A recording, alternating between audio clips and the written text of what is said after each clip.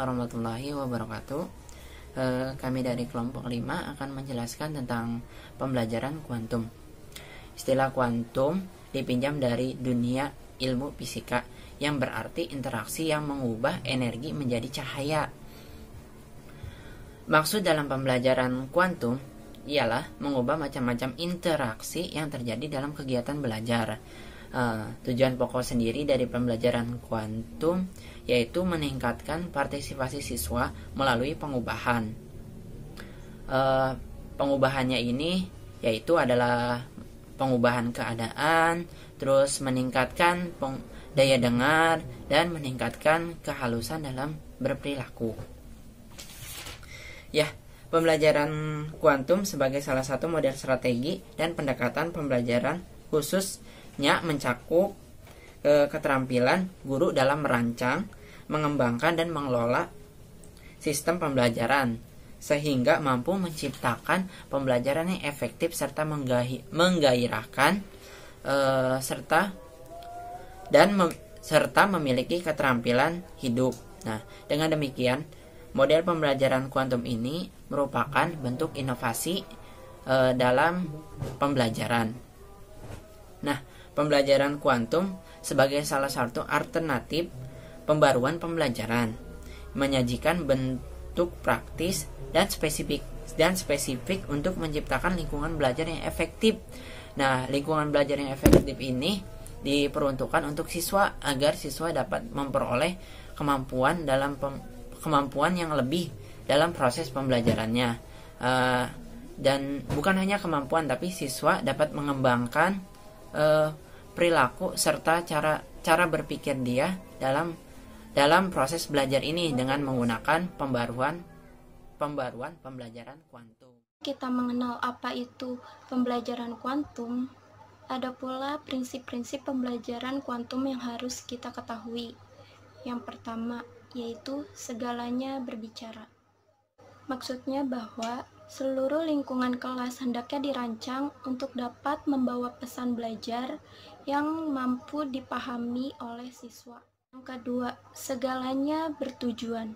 Maksudnya semua pengubahan pembelajaran harus memiliki tujuan-tujuan yang jelas dan terkontrol, yaitu pengalaman sebelum pemberian nama. Maksudnya sebelum siswa belajar tentang mendefinisikan, mengkonseptualisasikan, membedakan, mengkategorikan, hendaknya telah memiliki pengalaman informasi terkait tentang upaya pemberian nama tersebut. Yang keempat yaitu mengakui setiap usaha. Maksudnya adalah setiap usaha yang telah dilakukan oleh siswa hendaknya memperoleh pengakuan dari guru dan dari siswa lainnya. Pengakuan ini sangat penting agar siswa selalu berani melangkah ke tahap selanjutnya dalam proses pembelajaran. Yang terakhir yaitu merayakan keberhasilan. Maksudnya adalah setiap guru harus memberikan umpan balik terhadap siswa atas keberhasilan yang telah dicapai oleh siswa dalam proses pembelajaran. Itu ada strategi pembelajaran kuantum. Strategi pembelajaran kuantum biasa dikenal dengan istilah tandur. Pertama yaitu tumbuhkan minat belajar siswa dan tanamkan apa manfaatnya bagiku atau ambak, sehingga siswa dapat termotivasi untuk dapat belajar. Yang kedua yaitu alami. Berikan pengalaman nyata kepada siswa sehingga siswa dapat mencoba hal-hal baru. Yang ketiga yaitu namai. Sediakan kata kunci, konsep, model, rumus, strategi, dan metode terlebih dahulu terhadap sesuatu yang diberikan kepada siswa. Guru harus memberikan pengantar tentang materi apa yang hendak disampaikan. Juga harus mampu membuat kata kunci tentang hal-hal yang dianggap sulit. Dengan kata lain, guru harus bisa membuat hal yang sulit menjadi hal yang mudah dimengerti. Yang keempat, demonstrasikan. Sediakan kesempatan kepada siswa untuk menunjukkan kemampuannya. Banyak sekali siswa yang memiliki kemampuan namun mereka tidak mempunyai keberanian untuk menunjukkannya.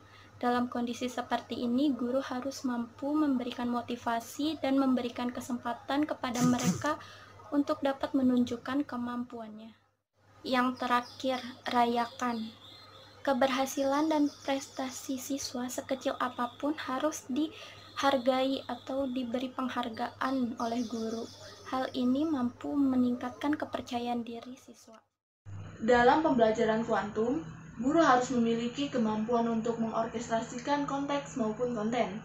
Nah, kali ini saya akan menjelaskan mengenai mengorkestrasikan kesuksesan belajar melalui lingkungan pembelajaran atau konteks. Terdapat 4 dimensi konteks dalam pembelajaran kuantum. Yang pertama adalah suasana belajar yang menggairahkan. Di sini, guru harus mampu untuk menciptakan suasana belajar yang dinamis dan menggairahkan. Terdapat aspek-aspek yang dapat membantu guru meningkatkan suasana belajar yang dinamis. Yang pertama, kekuatan niat dan berpandangan positif. Yang kedua, menjalin rasa simpati dan saling pengertian. Yang ketiga, keriangan dan ketakjuban. Yang keempat, menumbuhkan rasa saling memiliki. Dan yang terakhir, menunjukkan keteladanan. Penting bagi seorang guru untuk menciptakan suasana belajar yang dinamis dan menggairahkan karena ada sebuah penelitian yang menunjukkan bahwa suasana belajar adalah penentu psikologis utama yang mempengaruhi kegiatan belajar. Langkah selanjutnya adalah menciptakan landasan yang kukuh. Terdapat 5 cara menegakkan landasan yang kukuh dalam pembelajaran kuantum. Yang pertama, mengkomunikasikan tujuan pembelajaran. Yang kedua, mengukuhkan prinsip-prinsip keunggulan. Yang ketiga, meyakini kemampuan diri dan kemampuan siswa. Yang keempat, kesepakatan, kebijakan, prosedur, dan peraturan. Dan yang terakhir, menjaga komunitas belajar tetap tumbuh dan berjalan. Dimensi selanjutnya adalah lingkungan yang mendukung. Lingkungan kelas akan berpengaruh terhadap kemampuan siswa dalam memusatkan perhatian dan menyerap informasi sebanyak-banyaknya. Nah, di sini guru memiliki kewajiban untuk menata lingkungan yang dapat mendukung situasi belajar. Contohnya adalah menggunakan poster-poster yang berisi materi pelajaran secara visual. Nah, dimensi selanjutnya adalah perancangan pengajaran yang dinamis. Pada dimensi ini, guru dapat memasuki dunia siswa dalam proses pembelajaran melalui perancangan pembelajaran. Dengan memasuki dunia siswa, guru dapat menyelesaikan pembelajaran dengan lebih cepat. Lalu, materi yang disampaikan akan lebih melekat dan lebih bermakna dengan hasil belajar yang lebih memuaskan. Dalam perancangan pembelajaran ini, terdapat strategi yang dapat guru terapkan agar dapat menjalin hubungan baik dengan siswa. Mula-mula, guru dapat membuat kelompok belajar yang besar, lalu dilanjutkan dengan belajar dalam kelompok yang lebih kecil, dan yang terakhir dengan belajar secara perorangan. Nah, di dalam mengorkestrasi kesuksesan belajar melalui konten atau isi itu ada 2 poin. Poin yang pertama itu mengorkestrasi fasilitas yang prima. Untuk poin yang kedua itu mengorkestrasi fasilitas yang elegan. Di dalam mengorkestrasi presentasi yang prima, kalian itu harus menjadi seorang quantum teacher. Nah, di dalam menjadi seseorang quantum teacher, kalian itu harus memiliki sikap antusias di dalam proses pembelajaran. Dan kalian itu juga harus berwibawa. Kalian juga harus mempunyai pikiran yang positif. Yang paling penting itu adalah humoris agar pembelajaran itu menyenangkan. Serta kalian harus menjadi orang yang luas, mampu menerima masukan, kritikan. Kalian pun harus fasih dalam berbicara, tulus dalam mengajarkan seseorang, spontan dalam mengeluarkan pendapat yang baik, serta menarik perhatian. Selain itu juga, kalian harus mempunyai penyesuaian modalitas, misalnya seperti sarana dan prasarana yang memadai, serta juga kalian harus mempunyai prinsip komunikasi yang ampuh. Prinsip komunikasi yang ampuh seperti apa sih? Di dalam pembelajaran, kalian juga harus menimbulkan kesan terhadap orang mengikuti pembelajaran tersebut. Dengan cara, kalian harus membuat pembelajaran tersebut lebih menarik dengan membuat media ataupun metode pembelajaran yang bagus. Nah, di dalam mengorkestrasi fasilitas yang elegan, kalian itu harus mengingat prinsip K, E, dan G. Nah, K-nya itu apa sih? K-nya itu know it. Kalian itu harus mengetahui. Jadi kalian tuh sebelum merencanakan sesuatu, kalian tuh harus tahu kalian itu akan membuat sesuatu itu berupa apa. Poin yang kedua itu explain it. Nah, kalian harus merencanakan itu agar program tersebut terencana sesuai dengan apa yang diinginkan. Poin yang ketiga itu get it and give feedback. Kalian akan mendapat hasil dari program yang sudah kalian rencanakan, dan kalian juga akan memberikan feedback.